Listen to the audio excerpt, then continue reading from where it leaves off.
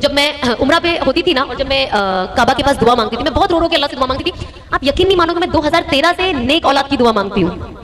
और मैं अल्लाह से ये दुआ मांगती थी कि अल्लाह मुझे ना जब आप औलाद दोगे ना तो उसे आलिम बनाना। आज जब मैं सोचती हूँ, हम कहते हैं ना, इसीलिए अल्लाह से कभी भी डिसअपॉइंट मत होना कि यार मैं इतने टाइम से दुआ मांग रही हूँ, मेरी दुआ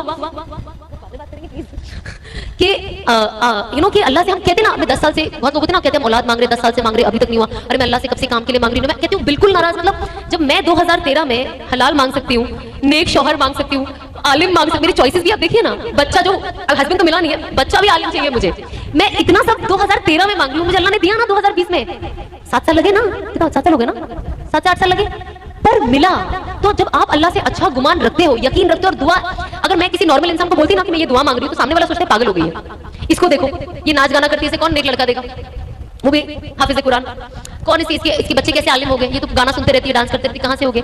पर आज अल्लाह ने उसको हस्बैंड देके पॉसिबिलिटी दे दिया कि इंशाल्लाह अल्लाह ने चाहा तो मेरे बच्चे आलिम बनेंगे, क्यों नहीं बनेंगे, इंशाल्लाह, प्लीज इंशाल्लाह आमीन, सब जो है सब बोल दीजिए मेरे लिए। तो एक अंदर ना एक पॉजिटिविटी आती है। मैंने अपनी लाइफ में इतनी चीजें चेंज होते हुए देखी है, मतलब कहते हैं ना मैजिक, वो मैंने देखा है, और आई एम श्योर आप सबकी लाइफ में होता होगा। हम सब ना सिर्फ उसको नोटिस करना भूल जाते हैं कभी कभी कि अरे हाँ हमने तो मांगा था, हमने तो ये सोचा था, आज वो जाके हुआ है। तो लाइफ में ना कुछ भी पॉसिबल है, कुछ भी।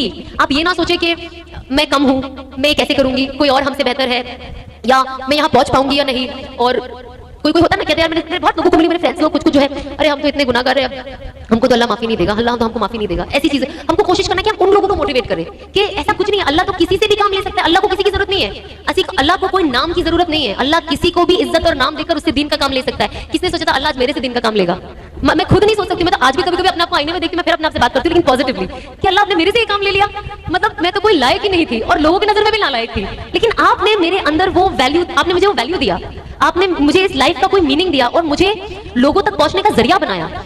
तो अल्लाह कुछ भी कर सकता है। किसी, मैं हमेशा कहती हूँ कि अल्लाह अगर मुझे से नाचने गाने वाले के साथ काम ले सकता है, तो किसी से भी ले सकता है। अगर लोग अब नहीं समझे मुझे देखकर, तो कभी नहीं समझ पाएंगे। तो हमें कोशिश करना चाहिए कि हम सबसे पहली बात है लोगों के लिए अच्छा गुमान रखें, क्योंकि कहते हैं ना, पैसे से ज्यादा टफ वाला और जो सबसे गंदा वाला जो तकब्बुर होता है ना, वो दीन का होता है। इंसान का पैसे का तकब्बुर कम हो जाता है, लेकिन दीन का बहुत ज्यादा हो जाता है। मैं पर्दा करती हूँ, मैं नमाज पढ़ती हूँ, मैं तो इतने वजीफे पढ़ती हूँ, देखो इतनी नमाज़ें कज़ा हो रही है। हमें कोशिश करनी चाहिए कि ये अल्लाह हमसे कभी भी छीन लेगा, तो हमें कभी भी बदगुमान नहीं होना है, हमें पॉजिटिव रहना है और इस्लाम को पॉजिटिवली फैलाना है, लोगों तक सही दीन लेकर जाना है, जो एक्चुअली हम तक सही लोगों के जरिए ही पहुंचा है। लेकिन हम इतने स्ट्रिक्ट हो गए हैं लोगों के साथ कि हम तो सीधा मतलब उनको खारिज ही कर देते, मतलब वो तो इस्लाम में ही नहीं है हमारे हिसाब से। तो हमें कोशिश करना है कि हम लोगों को जो असल साइड है ना दीन का, मोहब्बत का, और अगर हम चाहते हैं कि अल्लाह हमारे गुनाहों को माफ करे, तो हमें भी माफ करने वाला बनना जरूरी है। अगर हम लोगों को माफ करेंगे तो अल्लाह हमारे गुनाहों को माफ करेगा। अगर आप कोई प्रॉब्लम भी होती है तो अल्लाह से नियत करो कि अल्लाह मतलब मुझे नहीं माफ करना है, इस इंसान को बहुत तकलीफ दे, लेकिन मैं आपको सिर्फ इस बंदे को सिर्फ इसलिए माफ कर रही हूँ ताकि मैं चाहती हूँ आप मेरी मगफिरत कर दे, आप मेरे गुनाहों की माफी कर दे। जब जब कयामत का दिन होगा, तो आप ये नियत करके अल्लाह से मांगे कि अल्लाह मुझे मैंने जो भी अपनी लाइफ में किया मुझे माफ कर दे, मुझे माफ करने वाला बना। हम कोशिश करें कि हम सच बोले। कहते हैं ना कि ये एक मुसलमान की सबसे अच्छी पहचान है। जब किसी सहाबा ने, जो मैंने सुना है उलमाओं से, कि किसी सहाबा ने जब सल्लल्लाहु अलैहि वसल्लम से पूछा कि क्या मुसलमान डरपोक हो सकते हैं, तो कहा हाँ हो सकते हैं। फिर उन्होंने कहा क्या वो वकील हो सकते हैं, कंजूस हो सकते हैं? बोले हाँ हो सकते हैं। क्या वो ऐसे जैसे खतकेले कामचोर टाइप से एकदम आलसी हो सकते हैं? बोले हाँ हो सकते हैं। वो टाइम तो लोग एकदम जंगजू थे ना, हो सकते हैं। तो बोले क्या मुसलमान झूठ बोल सकता है? तो सल्लल्लाहु अलैहि वसल्लम ने कहा कि नहीं, मुसलमान कभी झूठ नहीं बोल सकता। लेकिन अनफॉर्चुनेटली आज हमारा दिन भी झूठ से शुरू होता है और खत्म भी झूठ पे होता है। तो सोचो हम पे कितनी झूठ की लानत छाई हुई है, और हम एक्सपेक्ट करते हैं कि हमारे साथ इंसाफ हो, लोग हमसे सच बोले, हमारे घर वाले सच बोले, दोस्त यार सच बोले, हमारी बीवियां सच बोले, शौहर सच बोले, कैसे बोलेंगे? तो इसीलिए सबसे पहले अपनी खुद की इस्लाह जरूरी है। अगर हम कोशिश करें तो हम कोशिश करें कि एटलीस्ट हम झूठ ना बोले। हमेशा मुस्कुराना वैसी ही सुन्नत है, और अगर आप किसी को मुस्कुरा कर देख लो तो आपको सुन्नत का भी सवाब मिल जाता है, और सामने वाला जब आपको देखता है उसका दिल भी खुश हो जाता है। कौन चाहता है कि किसी उदास इंसान से मिले? तो खुश मिजाज रहना, लोगों तक खुशियां पहुंचाना बहुत ज्यादा जरूरी है। तो हमें कोशिश करनी चाहिए, जो छोटी छोटी चीजें ना, ये हमारा जिंदगी का दारोमदार है। बड़ी बड़ी चीजें तो एक अलग चीज होती है, पर हमसे जो छोटे छोटे सगीरा गुनाह होते हैं ना, बहुत ज्यादा हो जाते हैं, हमें पता भी नहीं चलता है।